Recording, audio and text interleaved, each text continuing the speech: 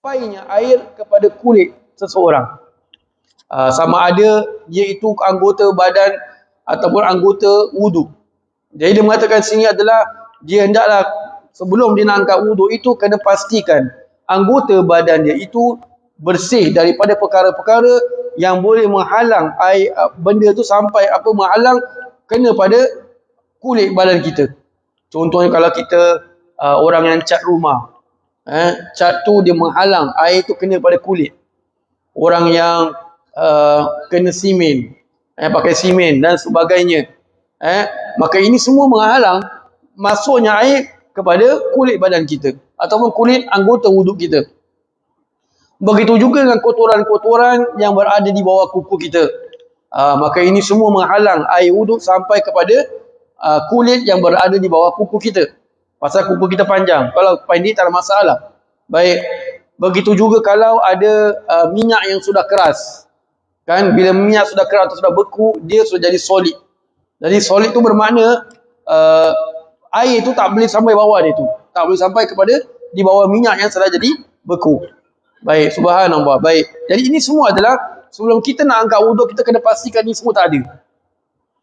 Pastikan bila kita nak angkat wuduk atau nak basuh anggota wuduk kita ataupun kita nak mandi, pastikan bahawa tidak ada yang menghalang sampainya air pada kulit badan kita atau kulit anggota wuduk kita. Baik, kemudian mengatakan sini wa alla yakuna 'ala al-'udwi ma yughayyirul ma'a, dan hendaklah tidak ada pada anggotanya itu ataupun tubuh badannya ketika dia nak mandi sesuatu yang boleh menukar air tersebut. Contohlah sekarang ni dia ada ink yang tebal pada kulit badan dia, ataupun anggota wuduk dia ada ink yang tebal. Ink yang tebal ini kalau kita basuh, kalau kita lalukan air, maka dia akan menjadikan berubah warna air tersebut, maka tidak sah. Kenapa tidak sah? Kerana kita dituntut ketika membasuh anggota badan kita ataupun ketika kita angkat wuduk, pastikan bahawa air itu air mutlak, air yang suci. Jadi kalau air itu sudah tukar warna, bermakna kita sudah angkat wuduk dengan air yang tidak suci, ataupun air itu suci tapi tidak mensucikan. Subhanallah, maka sebab itu tidak sah kalau ada sesuatu di atas anggota badan kita itu yang boleh merubah air tersebut. Subhanallah. Apalagi kalau ia boleh merubah, benda yang merubah itu adalah perkara yang najis, lagi wajib untuk dia bersihkan terlebih dahulu. Kemudian yang selanjutnya adalah wal ilmu bi fardiyatihi.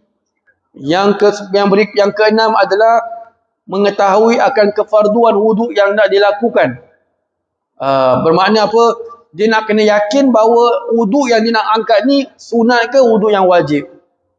Kalau kita nak lakukan, kita nak angkat wuduk ni untuk semayang, definitely adalah wajib.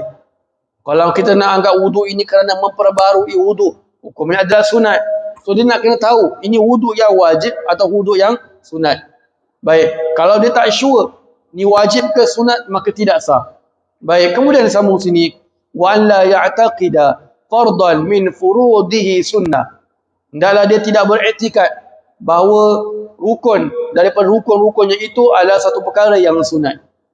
Ini yang ketujuh.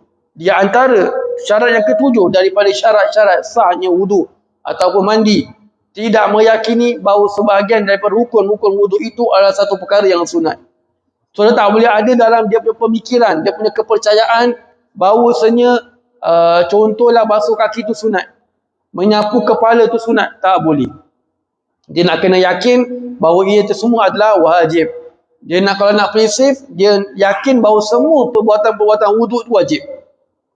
Bermakna daripada basuh tangan sampai kepada kumur-kumur semua, dia beriktikad semuanya ini wajib, maka sah wuduk dia. Ataupun dia beriktikad, dia tahu bahawa sebahagiannya itu ada yang wajib, sebahagiannya itu ada yang sunat, maka boleh.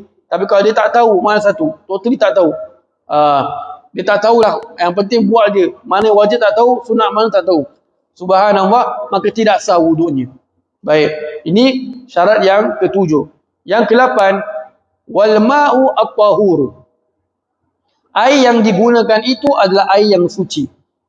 Yang ini air yang suci lagi mensucikan. Bukan air yang suci saja, air itu suci atau lagi mensucikan, atau kita namakan dengan air mutlak. Di mana air mutlak itu adalah air yang tidak mempunyai ikatan untuk kita sebut. Bermakna dia just kalau kita sebut ni apa, orang katanya air. Bermakna air itu sah untuk digadikan sebagai untuk angkat wuduk ataupun mandi. Tapi kalau air itu sudah berubah namanya, sudah berubah, ini air apa? Ini air oren, ini kopi, ini teh, maka tak sah untuk dijadikan sebagai wuduk ataupun mandi. Baik, ini syarat yang ke-8. Syarat yang ke-9 dan yang ke-10, wa dukhulul waqti wal muwalatu lidaimil hadas. Yang 9 dan yang ke-10 ini dia actually syarat yang additional. Pasal dia adalah syarat yang khusus. Bagi siapa? Bagi orang yang berpenyakit. Dia kata sini wa dukhulul waqti wal muwalatu lidaimil hadas. Dan masuk waktu dan berturut-turut bagi orang yang selalu dalam keadaan hadas. Ini syarat additional.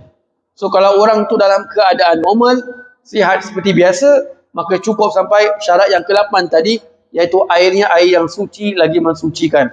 Tapi kalau orang itu ada orang berpenyakit, selalu dalam keadaan hadas, contohnya orang yang dalam keadaan istihadah, perempuan yang dalam istihadah, ataupun orang yang mempunyai salisul baul, orang yang selalu dalam keadaan terkencing-kencing, mohon maaf, maka dia ada additional syarat. Bermakna apa? Syarat dia adalah bila dia nak angkat wuduk tu, dia kena pastikan telah masuk waktu. Kalau dia angkat wuduk sebelum masuk waktu, walaupun berdekatan, maka tidak sah. Kerana dia punya point dia adalah untuk mengurangkan, untuk minimize pengeluaran najis itu seberapa mungkin. Dan yang kedua adalah al-muwala, yang ini berturut-turut, pun sama juga. Jadi kalau dia tidak ada berturut-turut, maknanya apa? Dia dah basuh muka, tiba-tiba dia duduk sekejap, dia termenung, baru basuh tangan, kemudian termenung, kemudian basuh sapu kepala dan basuh kaki, maka tidak sah. Bila tidak sah, dia kena start balik from first. So orang yang dalam keadaan daimul hadas, selalu dalam keadaan hadas itu, dia berbeza dengan orang yang normal. First kali, dia nak kena masuk waktu dulu syarat dia. Yang kedua, dia nak kena istinja dahulu. Yang ketiga, dia nak kena pakai pakaian yang ketat untuk mengurangkan pengeluaran najis tersebut. Yang keempat adalah daripada memakai pakaian tu dengan mengangkat wuduk. Yang kelima, setelah dia angkat wuduk terus nak kena sembahyang. Dia tak boleh lepas angkat wuduk nak duduk minum kopi, nak isar rukuk, nak termenung, tengok TV, semua tak boleh. Terus kena sembahyang. Kalau dia tunda, kena start balik from first. Subhanallah. Baik, jadi inilah 10 syarat berkenaan dengan orang yang mengangkat wuduk dan juga orang yang mandi. Wallahu a'lam bishawab. Jadi insya-Allah kita akan sambung tajuk yang baru pada minggu hadapan insya-Allah. Baca surah Al-Asr dan tasbih kafaratul majlis.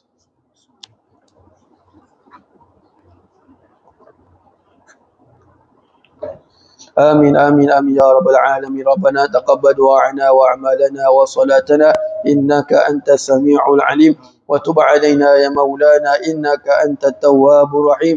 دعواهم فيها سبحانك اللهم وتحيتهم فيها سلام وآخر دعواهم أن الحمد لله رب العالمين. تقبل الله منا ومنكم.